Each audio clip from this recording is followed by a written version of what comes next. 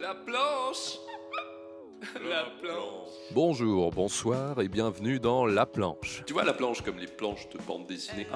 le podcast qui explore les profondeurs du métier d'auteur et d'autrice de bande dessinée. Une production du musée de la BD de Bruxelles. Je m'appelle Ronan Chabra, Bonjour. jeune auteur en herbe. J'adore poser et me poser des questions. Qui suis-je? Où vais-je? Mais tais-toi, toi. J'ai eu la chance et l'honneur de pouvoir m'entretenir avec plusieurs auteurs et autrices de bande dessinée afin de leur poser des questions et d'explorer avec eux les méandres de la création. Dans cet épisode, j'explore en leur compagnie la question du style graphique. Le style grec quoi? Cette fameuse notion de style qu'on peut entendre parfois, souvent même, Trop stylé. qui peut paraître évidente à certains, mais plus floue et indéfinie pour d'autres. Ah bon? C'est vrai quoi, c'est quoi le style graphique en fait? Quelle définition? À quoi ça sert le style? À se vendre? À exister? Trouver son style, est-ce une fin en soi? Je sais pas. Ou est-ce que ça pourrait pas être aussi une prison? Je me sens enfermé dans mon style. Mais tais-toi, toi. C'est avec ces questions et mes quelques a priori personnels que je suis allé recueillir des réponses qui, j'espère, vous intéresseront autant qu'elles m'ont intéressé. Ok. Bonne écoute. On y va?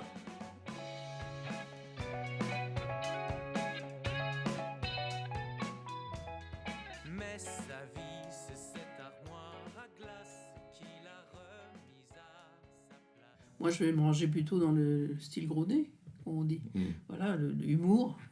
Florence Sestac, autrice entre autres de la bande dessinée Le Démon de Midi et de la série Les Déblocs.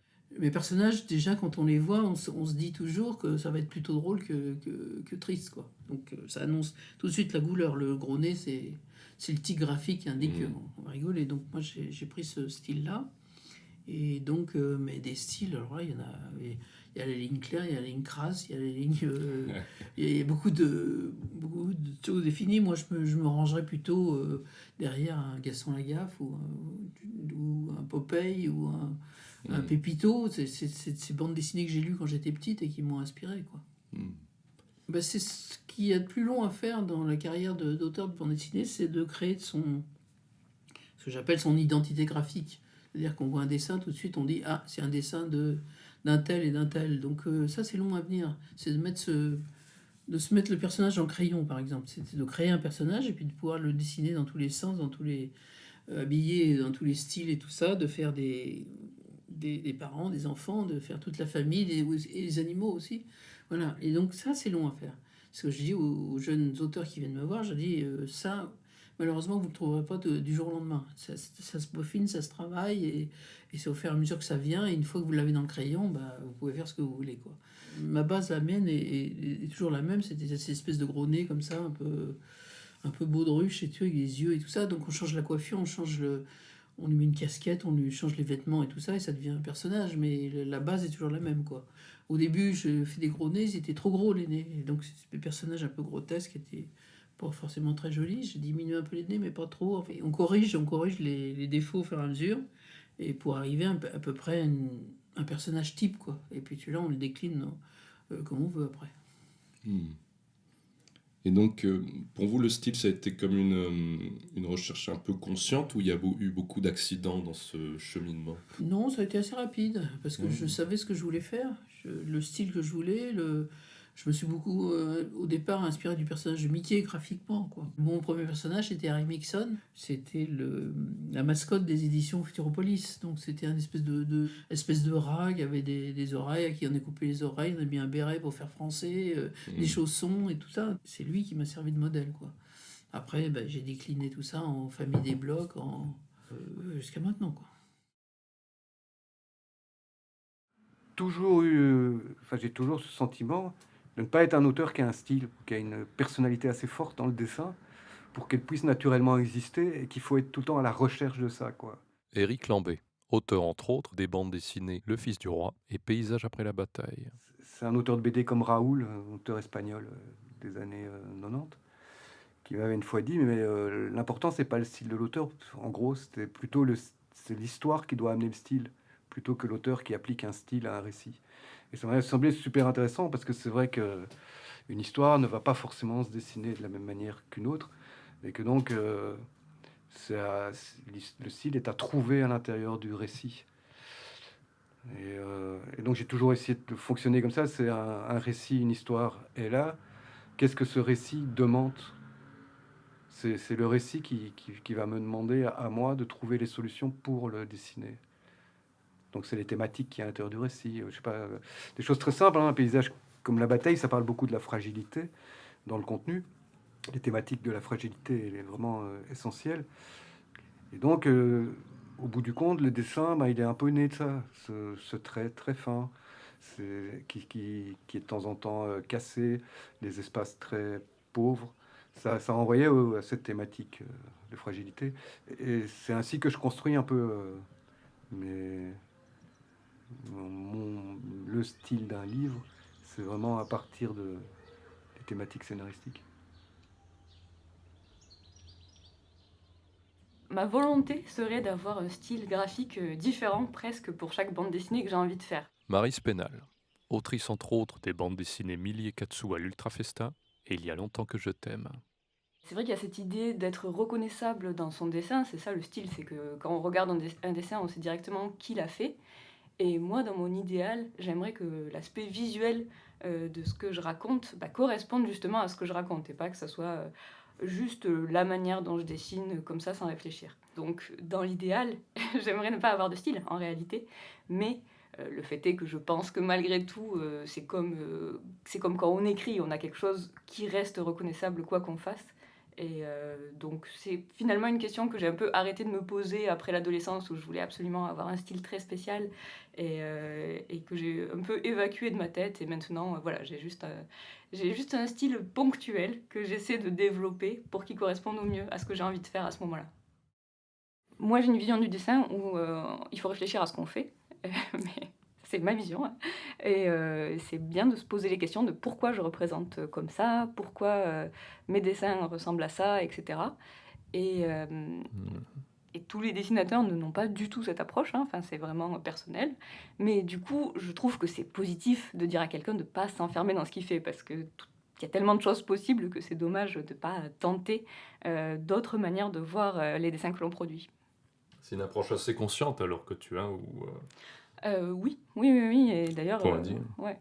Quand je te disais que moi, je vois, quand je commence une bande dessinée, limite, dans ma tête, je détermine une direction artistique. Donc, il y a quelque chose du projet, quoi, où j'ai envie de réfléchir et pas de partir de manière très instinctive. Je suis pas très instinctive dans ma manière de travailler globalement. Ah oui. Non, moi, je pense que je suis quand même assez structurée. Je me fais des dossiers avec des influences pour chaque projet. J'ai besoin de réfléchir en termes, d'avoir besoin de recherche visuelle, quoi, presque, avant de commencer. Cette recherche visuelle, c'est pas seulement la documentation, c'est en termes de visuel, de style, comme on pourrait dire, de couleurs, de formes, etc.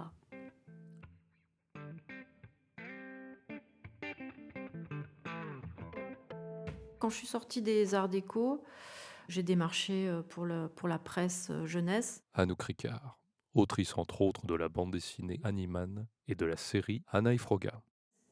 Et la plupart des éditeurs me disaient « Ah, mais on reconnaît tout de suite que vous venez des Arts Déco ». Il y avait une patte. Et ça me plaisait pas, évidemment. Et puis, on me comparait à l'époque.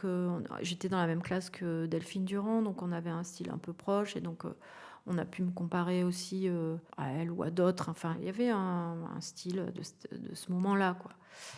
Et donc ça a été une démarche pour moi d'essayer un peu de sortir de ça, parce que c'est pas valorisant finalement quand on te dit toi tu fais du machin ou du truc. D'ailleurs, c'était quoi ce style un peu global? C'était style rigolo, jeunesse rigolo, avec des animaux un peu débiles. C'est toujours mon style, hein, mais... Alors, par contre, ce qui a beaucoup changé aussi, c'est quand je suis sortie des Arts Déco, je dessinais des personnages un petit peu monstrueux, en me disant que c'était rigolo, mais sauf que pour les enfants, ça marchait pas. On m'a dit ça va faire peur, il faut pas garder ce style, c'est pas possible. Parce que je faisais des yeux un peu décalés, avec des gros nez, puis des dents un peu pourries, vraiment monstre, quoi. Et voilà, donc ça, j'ai dû changer. Ça, on m'a demandé de changer et j'ai compris qu'il fallait que je change. Donc avec les Et retours que tu as il y a pu eu des avoir. retours qui ont fait que j'ai changé, et il y a eu moi-même qui a une espèce de fierté à pas avoir envie d'entendre que j'ai un style qui ressemble à telle personne ou telle personne, quoi. Donc oui, il y a une démarche volontaire, ouais, de changer, quoi.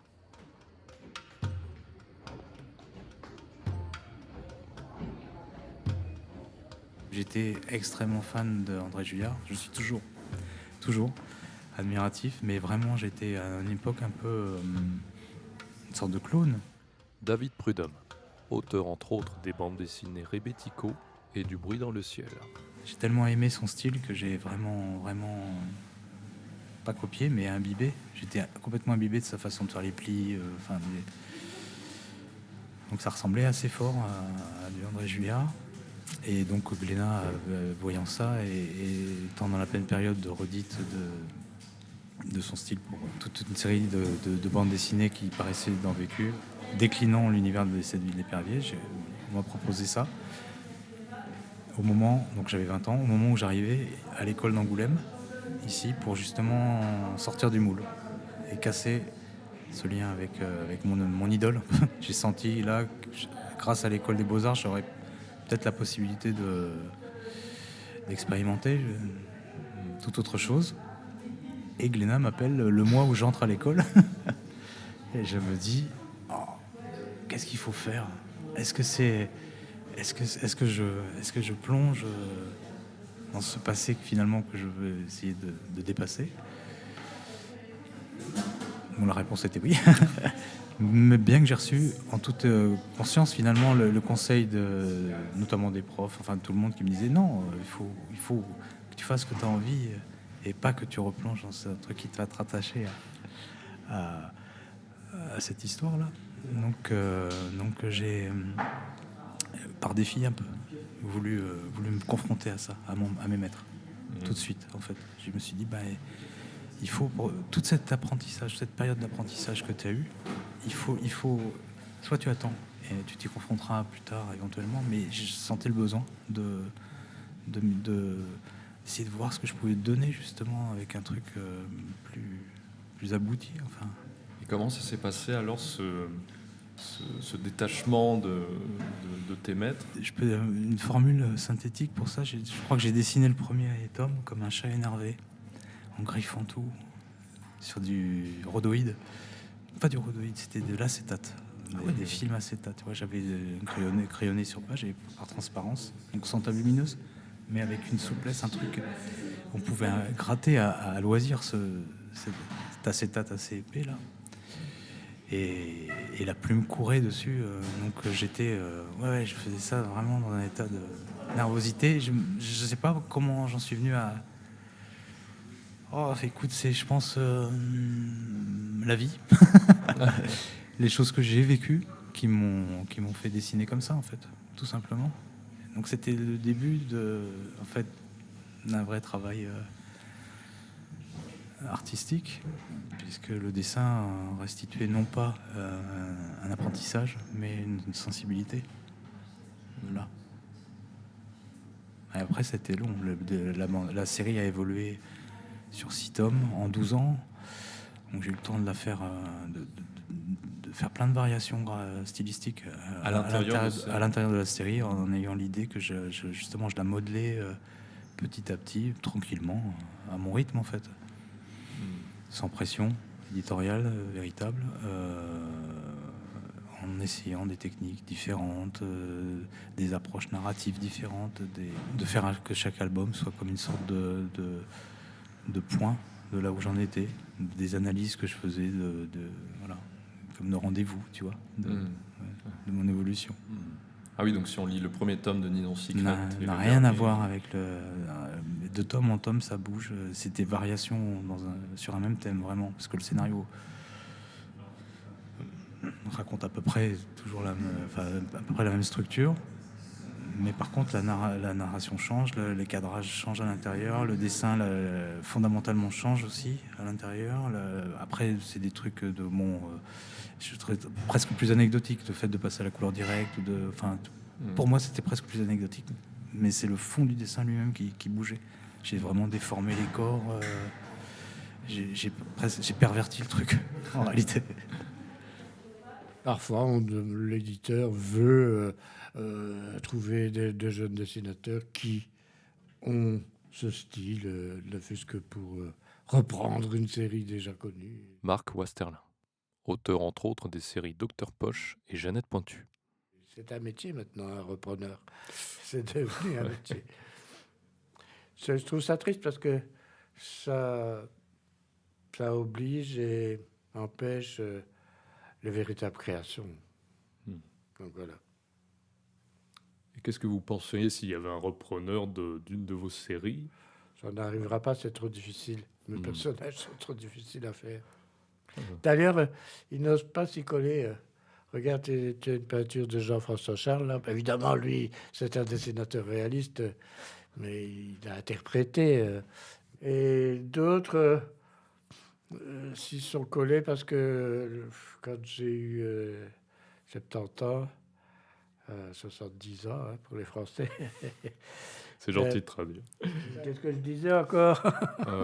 Je pense que vous allez dire qu'il y avait un bouquin hommage, c'est ça qui a eu. Oui. Qui a Alors, été publié, donc, à cette occasion, ils s'y sont tous un peu collés. Mais, par exemple, Franck Le Gall qui dit avec justesse Franck Le Gall, c'est un très bon dessinateur, hein, bon, on le connaît. Mais il s'est dit je ne vais pas faire un dessin raté du Docteur Poche, par exemple. Je vais le faire comme un enfant le ferait. Et il a magnifiquement réussi à faire en couleur. C'est un bon raisonnement. Et ceux qui essayent de le faire, rapidement s'aperçoivent qu'ils n'y arriveront pas vraiment. Donc voilà. Pourquoi je dis il n'y aura pas de repreneur.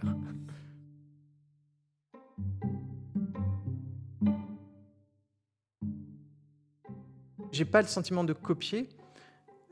J'ai le sentiment d'interpréter comme une recette de cuisine où on changerait un tout petit peu les ingrédients. Fabrice Tarin, dessinateur-repreneur sur la série Spirou, sur Astérix, et auteur entre autres de la bande dessinée Paranormalement.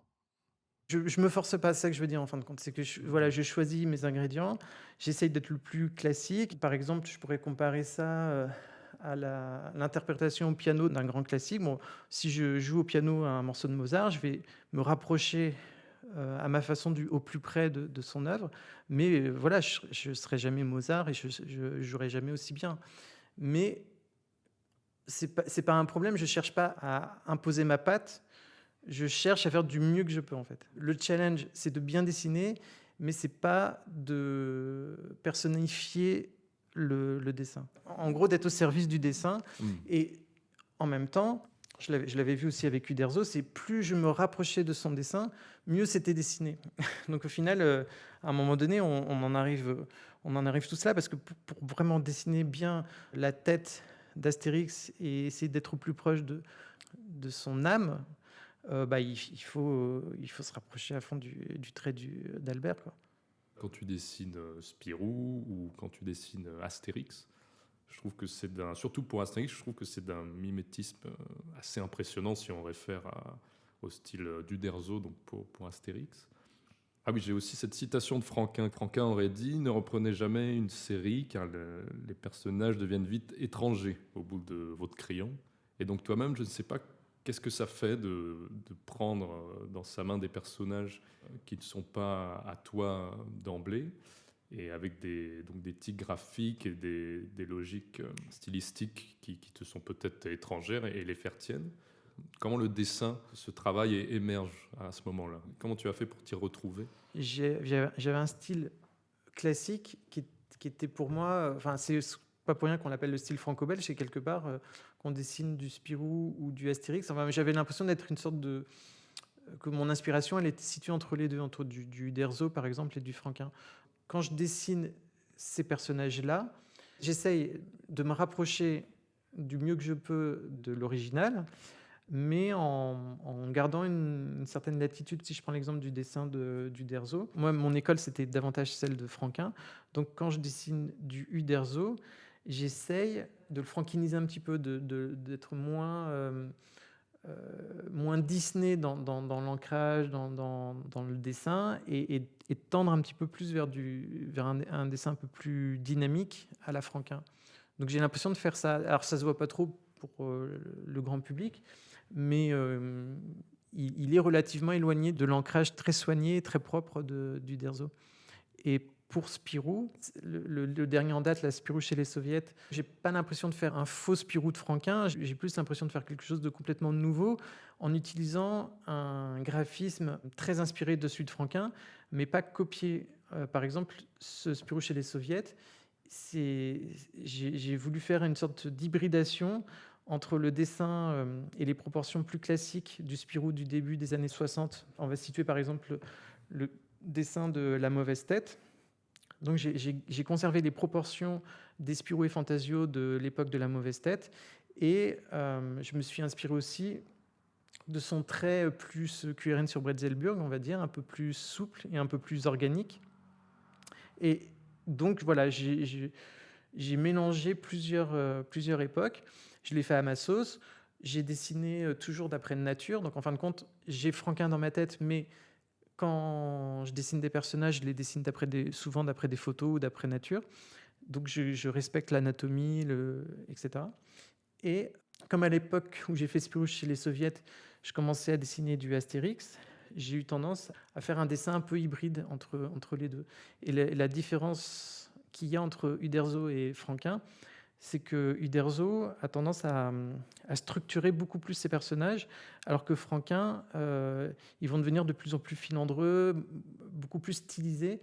Et ceux d'Uderzo ont des muscles, ont de l'épaisseur, ils ont du gras, ils sont anatomiquement plus réalistes. Et j'ai eu la chance d'en parler avec Albert Uderzo.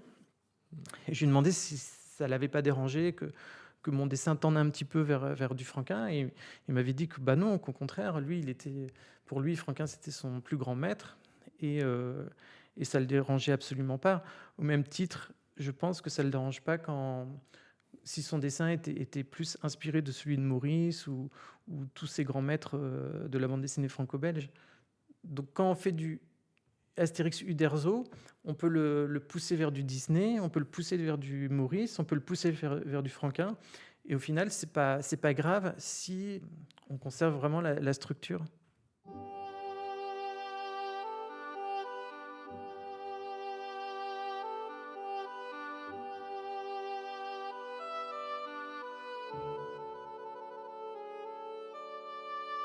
Comme tu me disais tout à l'heure, donc tu as commencé en travaillant dans l'atelier de Tom et Jean-Ry. Ouais. Je me demandais si c'est quelque chose qui se faisait beaucoup à l'époque dans la bande dessinée, d'intégrer des ateliers de professionnels de la bande dessinée, ce genre de transmission. Ça se passait beaucoup comme ça. Ouais, ça se faisait beaucoup, ça se fait beaucoup moins maintenant. Bruno Gazzotti, dessinateur entre autres de la série Seul et sur la série Soda. Ça se fait quand même?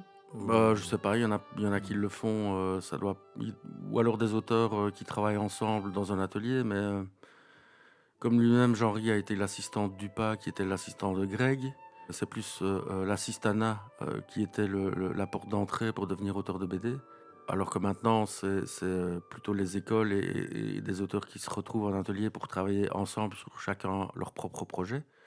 Et moi, j'ai commencé comme assistant de Jean-Ry, donc voilà, c'était... Encore à l'époque, ça se faisait. Par exemple, Walteri a commencé comme ça aussi, tous ceux qui ont travaillé pour Peyo. Westerlin, il y en a eu d'autres, ou Le Loup qui était l'assistant d'Hergé, comme Jacques Martin. C'était l'assistana qui permettait d'apprendre le métier. Maintenant, beaucoup moins, puisqu'il y a les écoles, il n'y avait pas d'école à l'époque. Maintenant, les écoles ont pris le relais, et puis voilà, je pense que le monde a changé aussi et que les jeunes auteurs sont moins enclins à accepter de travailler pour un autre auteur qu'un auteur plus expérimenté qu'avant. Où c'était la seule manière de pouvoir commencer à dessiner. Est-ce que le fait, ce modèle de transmission, est-ce que c'est facile de s'émanciper du style par lequel on a appris à faire de la bande dessinée? Ouais, je pense, si on le veut, oui, bien sûr.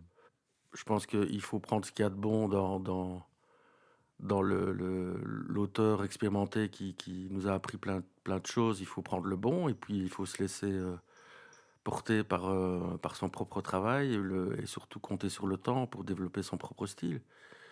Mais c'est clair qu'il y a des auteurs aussi qui ne l'ont jamais fait. Pourquoi? Par paresse, j'imagine. Donc, copier le style d'un autre, c'est toujours plus facile. C'est ce que je disais tout à l'heure, c'est bien pour commencer. Copier, c'est toujours utile pour commencer à comprendre les points clés de ce qu'il faut faire. Mais après, il faut se laisser aller, se détacher de ses influences et se laisser porter par sa propre expérience et son propre ressenti pour devenir auteur soi-même, même si on sent les influences. Dans les miennes ou dans celles de Jean-Ry, forcément, il y a celle de Franquin. Mais le dessin est tout à fait différent et mon dessin est tout à fait différent de celui de Jean-Ry maintenant. Donc, c'est clair qu'il faut du temps, il faut beaucoup de travail, beaucoup d'expérience pour y arriver. Mais il ne faut pas trop forcer. Enfin, je veux dire, ça ne sert à rien de se forcer non plus. Il faut se laisser aller. Et je dis, il faut se laisser du temps pour y arriver, quoi. Mais il faut une volonté aussi.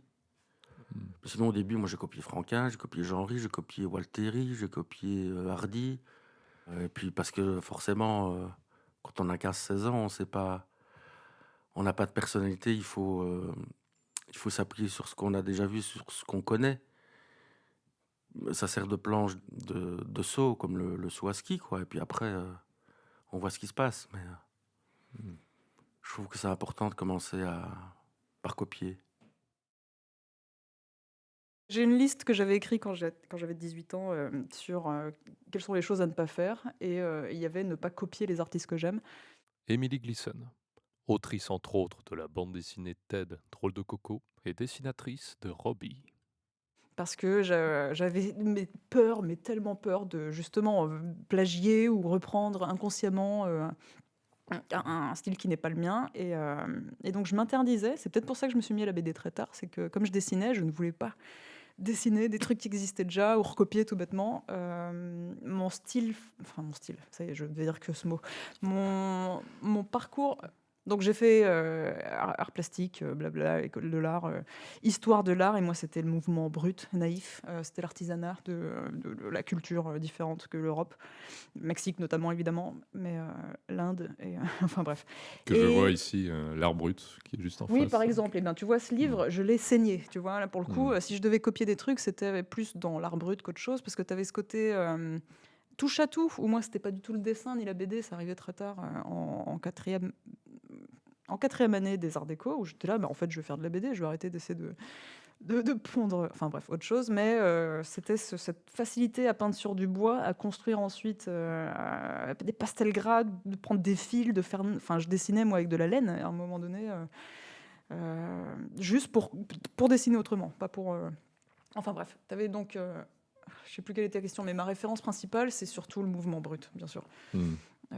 J'étais fan, je le suis encore, c'est de faire tous les musées possibles de personnes, de places où on revient peut-être à cette idée de produire peut-être pour soi ou sans ce fameux but qui est de l'art et d'être exposé et de gagner de l'argent derrière. C'est vraiment ce que tu ressens dans la plupart des productions brutes. Comment on dit, une vérité qu'on retrouve difficilement ailleurs. J'essaye juste de me réinventer et de ne jamais me figer dans un truc, me complaire en fait. C'est peut-être, je peux parler de phobie évidemment, mais ça me répulserait d'avoir le même style pendant des années. Je crois que ça m'ennuie déjà la simplicité de l'y penser.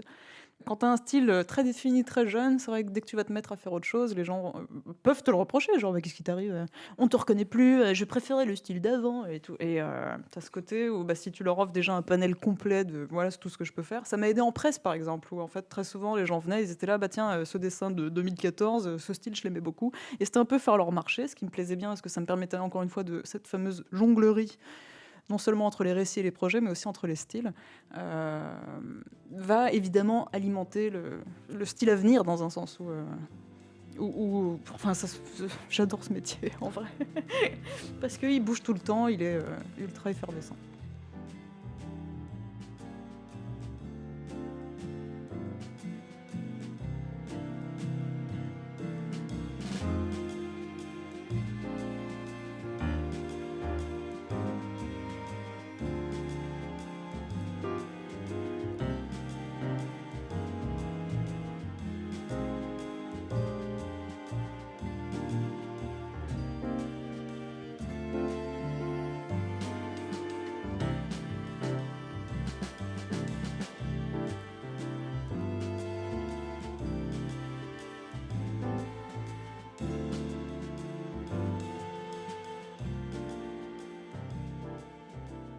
Mon point faible, c'était justement que j'avais pas de style. Fabrice Tarin, dessinateur-repreneur sur la série Spirou, sur Astérix, et auteur entre autres de la bande dessinée Paranormalement.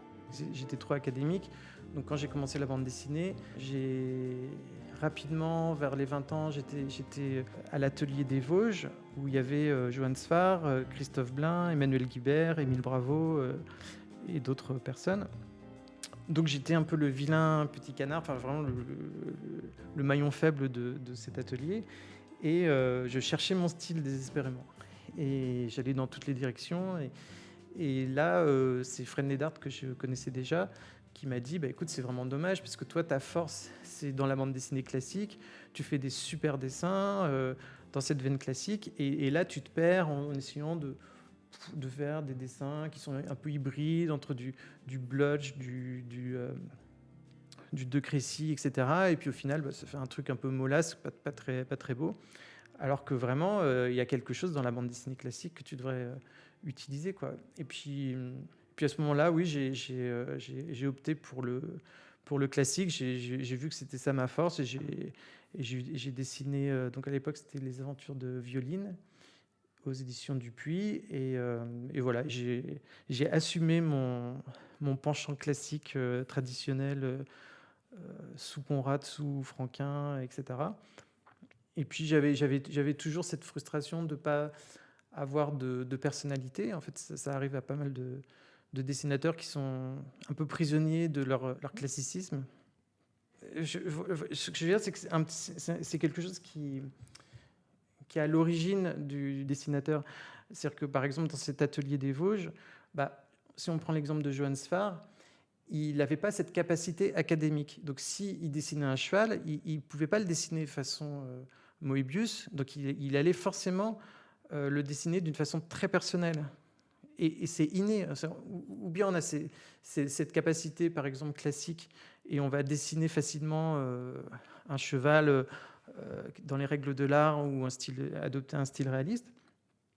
Ou alors, on ne va pas avoir cette capacité naturelle et on va trouver autre chose. Et généralement, en bande dessinée, ce qui est intéressant, c'est justement cette autre chose. Parce que si c'est juste de la technicité, il y en a plein, les rayons en bande dessinée, de super techniciens, de dessinateurs qui peuvent tout dessiner, mais qui manquent de personnalité. Donc, quelque part, c'est aussi une richesse d'avoir des faiblesses qu'on compense d'une autre façon. Comme Lewis Trondheim, qui estimait qu'il ne savait pas bien dessiner et qui s'est trouvé dans un style minimaliste. S'il avait des capacités de recopiage très fortes, il aurait viré dans quelque chose de plus académique et ça aurait été, j'imagine, beaucoup moins intéressant. Et là, j'ai eu cette chance, justement, vers la cinquantaine, de trouver quelque chose sur Paranormalement qui était plus personnel et qui se détachait de mes influences cartoon ou franco-belge. Donc je vais essayer de travailler ça, de continuer dans cette voie, parce que c'est vrai que c'est graphiquement plus épanouissant, en fait. Et là, tu as cette sensation, alors, en faisant donc comme tu disais, de ne pas être dans un classicisme, mais d'être dans une forme qui t'appartient. C'est ça, d'être dans un dessin émotionnel, c'est-à-dire qu'en fin de compte, qu'il soit moins cérébral. J'ai l'impression de dessiner de façon plus instinctive et moins codifiée. Parce que quand tu faisais des albums plus classiques, tu étais plus dans un aspect cérébral, alors tu dirais, ouais, complètement. Tu emploierais ce mot. Ah ouais. Ouais. C'est technique, c'est une perspective, c'est pas une autre. Il y a des règles et je suivais toutes les règles. Et là, sur Paranormalement, en étant dans le ressenti, je me rapproche d'un dessinateur qui dessine comme il ressent les choses et qui dessine pas comme il les a copiées ou apprises.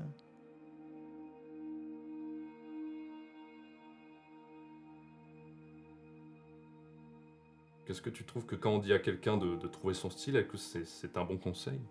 Non, moi je trouve pas, personnellement. Maryse Pénal, autrice entre autres des bandes dessinées Millie et Katsu à l'Ultrafesta et Il y a longtemps que je t'aime.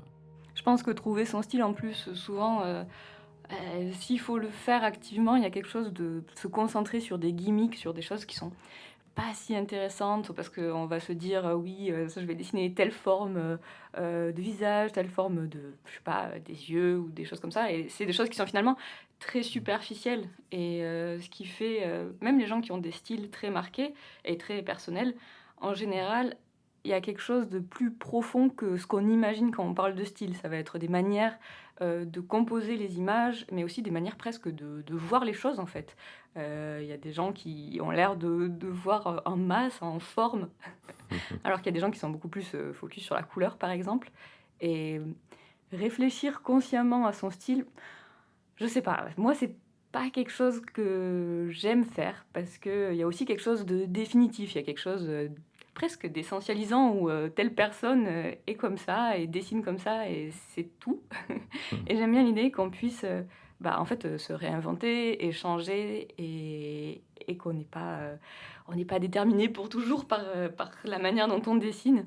Et donc je trouve pas ça très pertinent de se dire ça c'est mon identité graphique. Voilà, parce qu'il y a ce truc d'identité graphique. Et si on l'a et si elle arrive toute seule, c'est super. Et si on l'a pas, je trouve que c'est pas grave du tout. C'est aussi une porte ouverte sur plein d'autres possibilités. C'est clairement associé à qui suis-je, à qu'est-ce que je suis comme personne. Et je crois que c'est pour ça que les adolescents, que même moi quand j'étais jeune, j'étais vraiment c'est quoi mon style, il faut que je trouve mon style et tout. C'est aussi pour ça que ça m'énerve quelque part, c'est que on n'est pas une personne figée, on se trouve pas une fois pour toutes et après on va plus évoluer et on n'a que cette facette etc. Et quelque part je comprends l'attrait de se dire quel est mon style. Et de notre côté, c'est pour ça que je trouve que c'est pas intéressant. C'est parce que on est sur du développement personnel pour dessinateurs presque. Enfin, Ça serait rassurant, je crois, si on savait quel est notre style définitif. c'est qu'on se dit, si j'ai un style bien clair, bien précis, je sais qui je suis et en fait, je peux délimiter, avoir les contours de la personne que je suis, du dessinateur, de la dessinatrice que je suis. Et j'imagine qu'il y a quelque chose de rassurant et puis de valorisant un petit peu, mais c'est pas obligé et on peut voir les choses de manière plus fluide aussi et se dire qu'on n'est pas obligé d'avoir justement des délimitations très précises, que ça soit dans son dessin ou dans sa vie.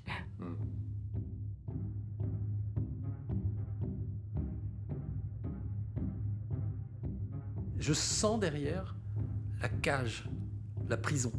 Philippe Dupuis, auteur entre autres des bandes dessinées Mon papa dessine des femmes nues et J'aurais voulu voir Godard. J'ai trouvé mon style, je m'y colle, et puis si je peux, alors j'ai regardé à droite ce qu'il fait, à gauche ce qu'il fait, et puis j'ai peut-être un truc, j'ai trouvé un truc. C'est comme si on me disait à moi maintenant, ton style c'est de mettre du Tipex et de faire des collages. Alors si vous voulez que j'arrête, dites-moi ça, quoi, parce que je risque d'arrêter vite, quoi. Mais je me pose pas la question comme ça, c'est-à-dire que et les meilleurs exemples pour moi que cette histoire de style, c'est une prison, et c'est ceux qui s'en sont dégagés. Je pense évidemment mais ça va parler à tout le monde, il y a d'abord Giro Moebius. Parce que même Moebius, quand il commence à faire du Moebius, à être Moebius, pas à faire, à être Moebius, il y a plein de choses qu'il va chercher dans des tas d'endroits, voir des dessins automatiques. Et puis il est capable de casser le jouet, quoi. Casser le jouet de Giro, Blueberry et tout ça pour aller. Évidemment, Picasso. Alors Picasso, on va me dire c'est la tarte à la crème, mais oui, mais je suis désolé, mais n'empêche que période bleue, période rose, les dessins, les collages, les machins, les bidouillages, les statues, les bronzes, les trucs agrafés, épinglés. C'est quelqu'un qui dans sa carrière, après il va faire de la céramique, il va faire d'autres choses. Le style de Picasso, c'est sa manière d'approcher les choses, d'approcher la création. C'est ça son style, c'est sa manière d'aborder l'art. C'est en ça que je crois. Et il y a plein d'exemples. Alors, je préfère parler d'état d'esprit, d'approche, de manière de penser les choses, de manière d'aborder les choses.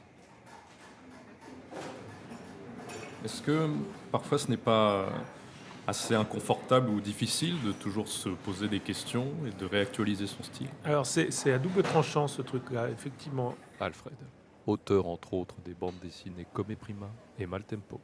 C'est à la fois grisant, parce que j'ai la sensation que chaque livre ou chaque projet, en tout cas, peut devenir un vrai voyage. C'est-à-dire quelque chose que je n'ai pas encore fait, quelque chose dont je ne sais pas forcément où il m'embarquera. Je trouve ça extrêmement grisant et plaisant. Et à la fois, oui, il y a quelque chose d'inconfortable dans l'idée de ne pas parvenir. Alors, non, c'est pas ne pas parvenir. Il y a quelque chose d'extrêmement inconfortable dans l'idée de presque, j'allais dire, me sentir obligé de chercher autre chose et de ne jamais réussir, dans ma tête en tout cas, à m'apaiser ou à me reposer sur quelque chose que j'aurais pu mettre en place. Il m'arrive régulièrement de me dire pourquoi tu te compliques comme ça la vie alors que ça marcherait très bien comme si, pourquoi forcément aller chercher quelque chose d'autre qui du coup te met des angoisses, qui du coup te questionne sur est-ce que c'est le bon choix ou... Bon, je crois que je suis fait comme ça en fait. Au bout de 25 ans de métier, je sais que si je ne fais pas ça, je suis encore plus malheureux. En fait, je dose, j'essaie de voir qu'est-ce qui me rend le plus léger ou qu'est-ce qui me rend le moins malheureux, je ne sais pas, mais je crois que me poser plein de questions me rend quand même moins malheureux que le contraire. Donc, bon, voilà. Il y a une citation une phrase que j'ai lue dans une interview de l'auteur de BD, Pierre Dubas, qui a dit « En essayant de me réinventer à chaque livre, je reste vivant ». C'est ce qu'il dit.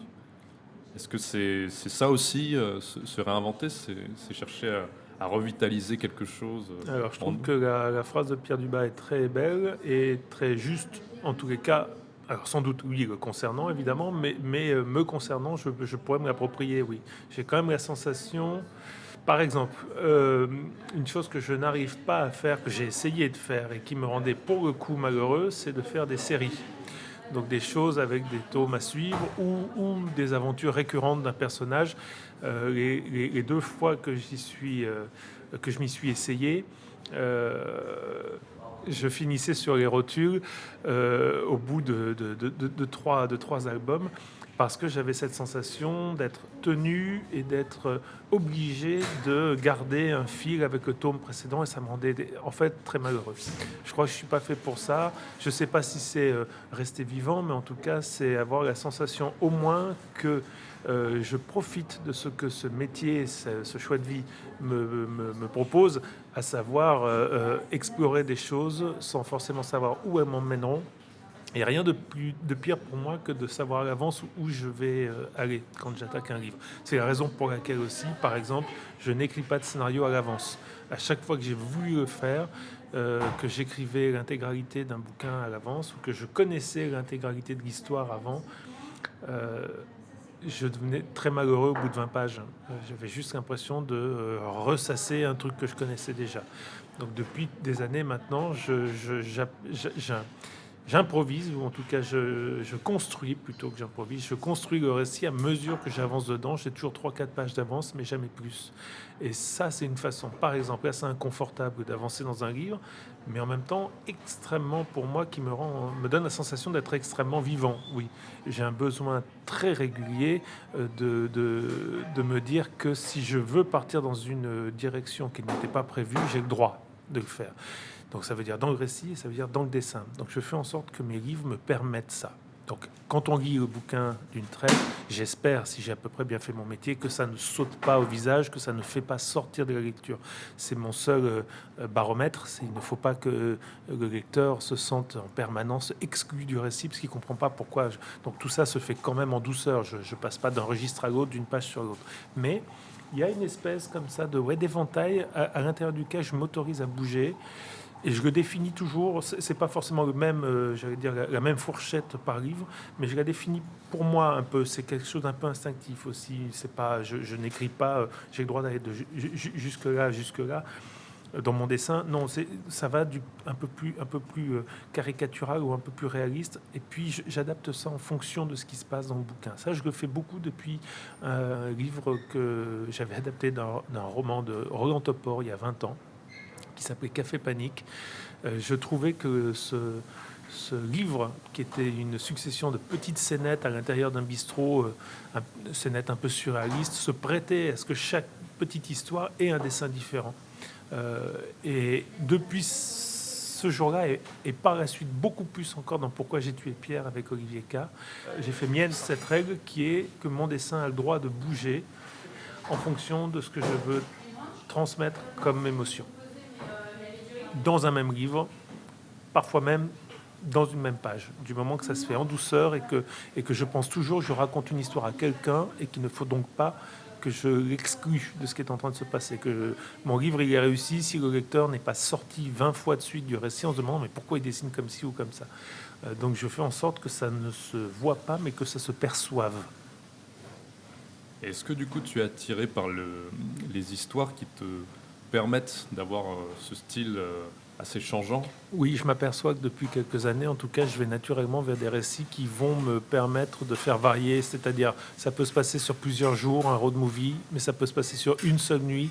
Et ça va être également une sorte de road movie, mais sur une nuit dans un parc. C'est ce que j'ai fait dans un livre qui s'appelle Senso, et qui proposait justement que les émotions allaient bouger de manière tellement vaste du début, entre le début et la fin du récit, qu'à l'intérieur, on allait faire un voyage qui me permettrait, moi, de faire bouger mon dessin en fonction de ce que je racontais. Donc, naturellement, oui, je vais vers ça. Je crois qu'il y a des récits que je ne saurais pas faire. Il m'arrive d'ailleurs régulièrement de recevoir des propositions de scénarios, de choses que je trouve super, mais dont je ne vois pas comment, moi, m'en emparer, parce qu'il n'y a pas cette petite place dont j'ai besoin pour me dire mon dessin va pouvoir bouger et peut-être même des fois partir dans une direction, dans des directions très opposées, mais dans le même récit, quoi. Je ne saurais pas décrire le type de récit. C'est juste qu'à la lecture ou à l'idée, quand c'est moi qui les écris, je ressens que ça va me permettre de faire un voyage. Ça va me permettre de me dire que je ne serai pas la même personne en entrant dans l'histoire qu'en en sortant. Je vais faire moi un voyage et j'espère en proposer un. Les personnages vont faire un voyage. Donc tout le monde va changer au fil de la réalisation de ce livre. Donc mon dessin va changer, donc je vais changer, donc tout ça se fait naturellement parce que c'est là pour, c'est fait pour. Ce livre est fait pour ça.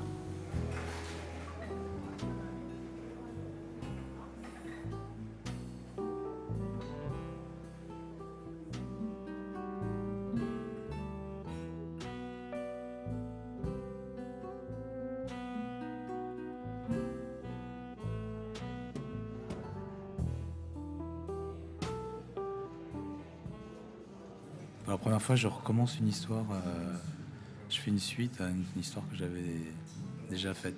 David Prudhomme, auteur entre autres des bandes dessinées Rebetiko et Du bruit dans le ciel. Donc je reviens un peu dans le... Là, cette fois-ci, forcément un petit peu dans les mêmes clous du dessin. Mais il s'est passé 15 ans entre les deux et j'ai vraiment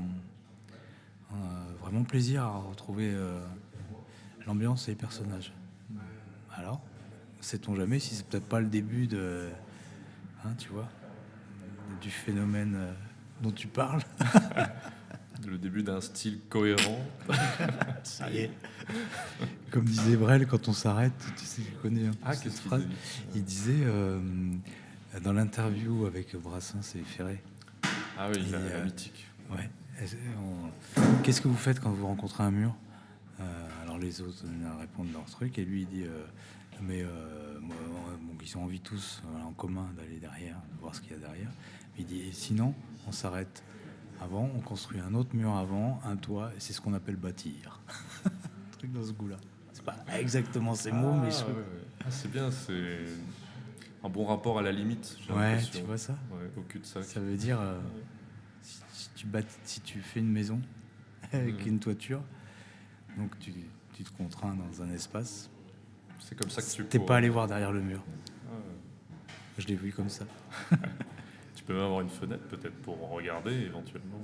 Tu pourrais éventuellement faire une fenêtre. Mais il l'a pas dit. Je n'ai pas rentré dans le détail. Je ne fais pas partie de ces auteurs qui peuvent faire un bouquin jeunesse d'une manière et un bouquin adulte d'une autre manière. Max de Radigues, auteur entre autres de la série Stig et Tilde et de la bande dessinée Alerte 5.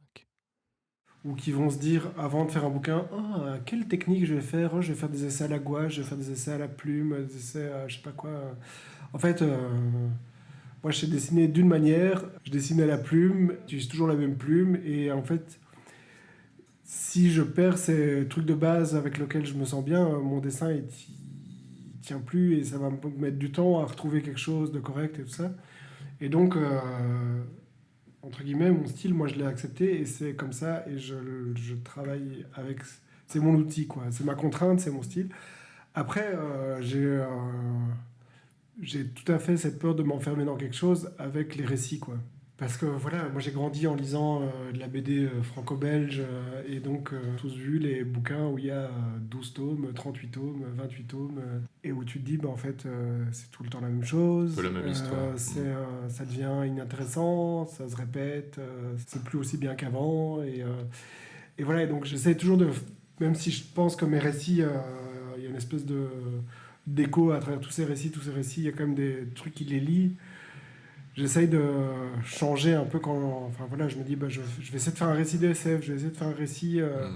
je vais essayer de faire un récit où c'est une fille, l'héroïne, je vais essayer de faire un récit qui se passe à tel endroit, je vais essayer de faire un truc auto-bio, je vais essayer de faire... Donc chaque fois que je commence un récit, je me pose des questions, quoi. Et donc... T'as plus pas envie de t'enfermer dans des histoires plutôt que... Voilà, dans un tu style. vois... Là, je sais pas, un des derniers scénarios que j'ai fait, je sais pas si je vais en faire quelque chose, mais un des derniers scénarios que j'ai fait en jeunesse, j'ai fait un truc un peu heroic fantasy, en me disant, en fait, l'heroic fantasy, j'ai adoré ça ado, depuis que je suis sorti de l'adolescence, j'ai toujours dit que c'était de la merde et que je voulais que c'était nul, que c'est toujours la même chose, que c'est inintéressant. Et donc je me suis dit, voilà, est-ce que je peux me réapproprier ce truc, est-ce que je peux faire quelque chose qui me plaît moi, mais avec cette contrainte... qui est des elfes et des trucs comme ça auxquels je crois pas trop, et donc comment est-ce que je peux rendre ça crédible, et ça je trouve ça assez motivant en tant qu'auteur aussi de se lancer des défis, quoi. Par exemple, une des grosses modes en BD, c'est l'adaptation. Il y a plein d'adaptations de romans et tout ça, et donc tu dis à quoi ça sert de faire des adaptations de romans, c'est pas très intéressant, c'est rarement réussi. Et donc voilà, du coup j'ai fait une adaptation de roman parce que je me dis, comment est-ce que moi je peux faire une adaptation de roman, qu'est-ce qui m'intéresserait là-dedans, qu'est-ce que je peux y trouver, voilà. Donc j'essaye toujours de faire des choses et de mettre des contraintes en début de récit qui sont ou bien des contraintes graphiques en me disant, voilà, je suis pas très à l'aise avec la végétation, je vais faire un truc qui se passe dans une forêt, tu vois, trouver des trucs comme ça, ou des contraintes de narration en me disant, voilà, qu'est-ce que j'ai pas encore fait, ou je peux dans quelle direction je peux essayer d'aller. Là j'ai fait quelques séries avec des guillemets, j'ai fait des histoires en 3 tomes chez Sarbacane, des choses comme ça. Mais il y a un moment, je sais que... je m'arrête en me disant, 3 tomes, c'est bien, parce qu'en fait, le 3e tome, ça devient hyper facile, parce que les personnages, tu les connais bien, tu sais comment ils vont réagir, tu sais comment les dessiner et tout ça, et donc c'est à la fois assez excitant, parce que tu es dans un truc où tu es hyper à l'aise, et en même temps, tu te dis, est-ce que je suis pas un peu trop à l'aise avec ce truc donc voilà, donc pour le moment j'ai... oui, parce que ça pourrait te faire dire allons-y encore pour encore une dizaine de tomes, tellement je suis à l'aise et de plus en plus à l'aise. On pourrait se dire ça aussi. Oui, je pense que c'est ce que sans doute on devrait se dire, mais moi ça me fait un peu peur, quoi, d'avoir ce truc où je suis... D'être trop à l'aise. Je me dis, alors je suis plus trop sur mes gardes et je fais plus trop gaffe, et je vais peut-être faire un truc inintéressant, et donc voilà, je préfère un peu changer de direction et me dire, ok, j'en ai fait 3, maintenant je vais passer à autre chose, qu'est-ce que je peux faire de différent. Et c'est aussi assez motivant en tant qu'auteur de chaque fois recommencer, parce qu'en fait quand on fait un bouquin, moi j'ai l'impression, j'ai déjà fait plusieurs bouquins, mais chaque fois que je recommence, j'ai l'impression que je recommence à zéro, j'ai l'impression que j'ai jamais dessiné de ma vie, j'ai l'impression que j'ai rien à dire, et donc cette espèce de moment où tu dois un peu te donner coup de pied au cul pour faire quelque chose, c'est quand même intéressant. Et après, maintenant, je dis ça, peut-être que dans 2 ans, je serai parti sur une série en 10 tomes de je sais pas quoi, parce que peut-être que je me dirai tout d'un coup, en fait, c'est ça que j'ai envie de faire. Mais c'est vrai que pour le moment, j'essaye toujours de changer un peu les choses. Donc,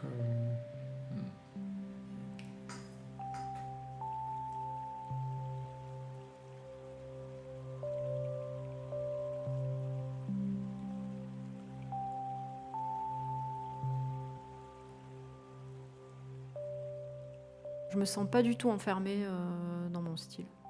Anouk Ricard, autrice entre autres de la bande dessinée Animan et de la série Anaï Froga. Par contre, je me sens souvent enfermée dans ma technique. parce que je fais beaucoup de numérique et que quand je veux passer à des choses sur papier, j'y arrive pas parce que j'ai pas la technique et j'ai pas la patience de travailler, de faire en sorte d'y arriver en fait. Du coup, je reviens toujours au numérique parce que c'est plus facile et que la plupart du temps, j'ai pas le temps justement de perfectionner une autre technique. Donc, c'est ça qui m'enferme le plus. C'est plus la technique que le style. Le style, on peut toujours changer, évoluer. Je pourrais très bien avoir un personnage dessiné à la manière de quelqu'un d'autre dans une de mes BD si je veux. En fait, je me sens complètement libre par rapport à ça. Par exemple, sur un livre où il faut souvent maintenir un style sur un grand nombre de pages, ouais. Est-ce qu'il t'arrive parfois de ressentir un ennui à ce moment-là ou pas de problème du tout de maintenir un style? Alors, c'est pas un ennui, c'est plutôt je me pose la question avec le temps là de me dire bon bah, est-ce que c'est pas complètement ringard ce que je fais maintenant? C'est plutôt ça qui va me gêner quoi. Voilà, est-ce que mon style maintenant c'est pas devenu quelque chose tu vois que je me renouvelle pas et que bah, comme tout artiste quoi, hein, que ce soit en musique ou on a peur que les lecteurs disent ah bah ouais, elle s'est pas foulée, hein, elle fait toujours pareil, toujours le même style, les mêmes gags, les mêmes ouais. Est-ce que ça c'est toi qui te le formule? Oui, moi je me le formule, mais je le ressens aussi. Parfois je vais faire un gag, je vais dire mais ça j'ai déjà fait 50 fois ce genre de gag. Ce genre de situation, ce personnage qui va avoir tel caractère qu'on retrouve dans une autre BD, cette phrase ou cette vanne, je l'ai déjà faite. Ça, c'est vrai que ça m'embête, ouais. Donc c'est plus à ce niveau-là que tu essaies de ne pas t'enfermer. Ouais, c'est ça. C'est ça, et puis en lisant beaucoup de choses qui se font maintenant, parce que ça évolue tellement depuis toujours, hein, mais là, je le ressens plus parce que je vieillis, donc je vois plein de choses que font les jeunes et ça me plaît, et voilà, et ça m'inspire aussi.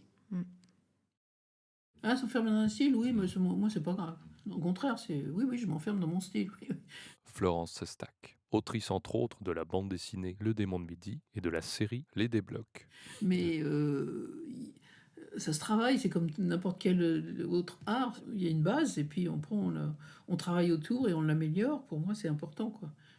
On peut pas plaire à tout le monde, donc effectivement, j'ai peut-être un style qui plaît pas à tout le monde et que je prétends pas d'être la reine du style, le gros nez, mais bon, c'est dans cette veine-là que je veux creuser, moi, toujours. Pour moi, c'est important justement de se créer, comme je disais, son identité graphique. C'est comme Gottlieb ou comme Mandrika, ou pour moi, qui sont des grands et tout, ou Claire Bretéché, qui a créé son style, qui a créé son langage, qui a créé sa manière de raconter. Pour moi, c'est tout ça qui est important. Est-ce que trouver son style, vous trouvez que c'est un bon conseil à donner à quelqu'un qui débute?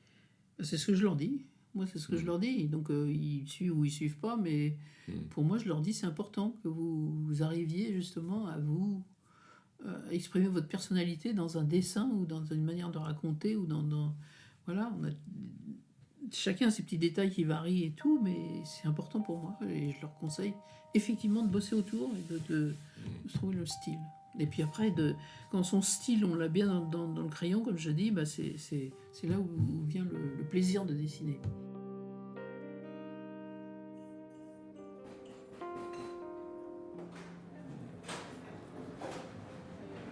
Trouver son style, le seul conseil que je peux donner à un jeune auteur ou une jeune autrice, Alfred, auteur entre autres des bandes dessinées Come Prima et Maltempo. c'est faire des choses, fais des trucs, dessine, raconte plein d'histoires, fais plein de choses, il y en aura des très bien, il y en aura des moins bien, il y en aura qui prendront sens peut-être 10 ans plus tard. Il m'est arrivé parfois d'avoir des bouts d'idées, de démarrer des dessins et de les abandonner, puis de les ressortir 10 ans plus tard et de me rendre compte qu'il y avait à l'intérieur quelque chose en fait qui m'intéressait, mais j'étais juste pas à ce moment-là disponible pour le voir. Donc moi je suis vraiment un partisan la seule manière d'apprendre c'est de faire. Et la seule manière potentiellement de trouver un style, s'il faut vraiment trouver un style, c'est de passer son temps à dessiner, à se nourrir de choses, à lire des choses, à voir des choses et puis à faire des choses. Et puis au bout d'un moment, quelque chose va justement sortir de tout ça, qui sera une espèce de somme de tout ce qu'on a fait, de tout ce qu'on a vu, de tout ce qu'on a entendu. Et on ne peut pas savoir à l'avance en fait. Ça. Je saurais pas, j'aurais pas su il y a 20 ans dire vers quoi j'avais envie d'aller. Je ne savais pas. Je voulais raconter des histoires avec des dessins et je me rends compte aujourd'hui que je ne fais pas aujourd'hui les mêmes livres que je faisais il y a 20 ans. Donc j'aurais été incapable d'imaginer ma trajectoire.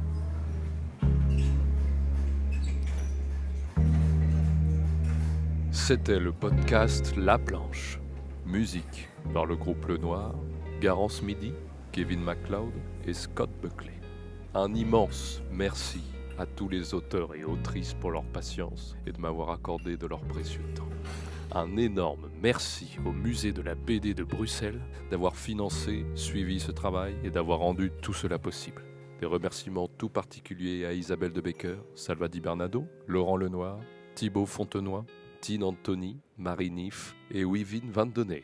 Un immense merci à ma famille et à mes amis de m'avoir soutenu dans ce périple. Et un grand merci à vous, bien sûr, pour votre écoute. J'espère que cet épisode vous aura plu.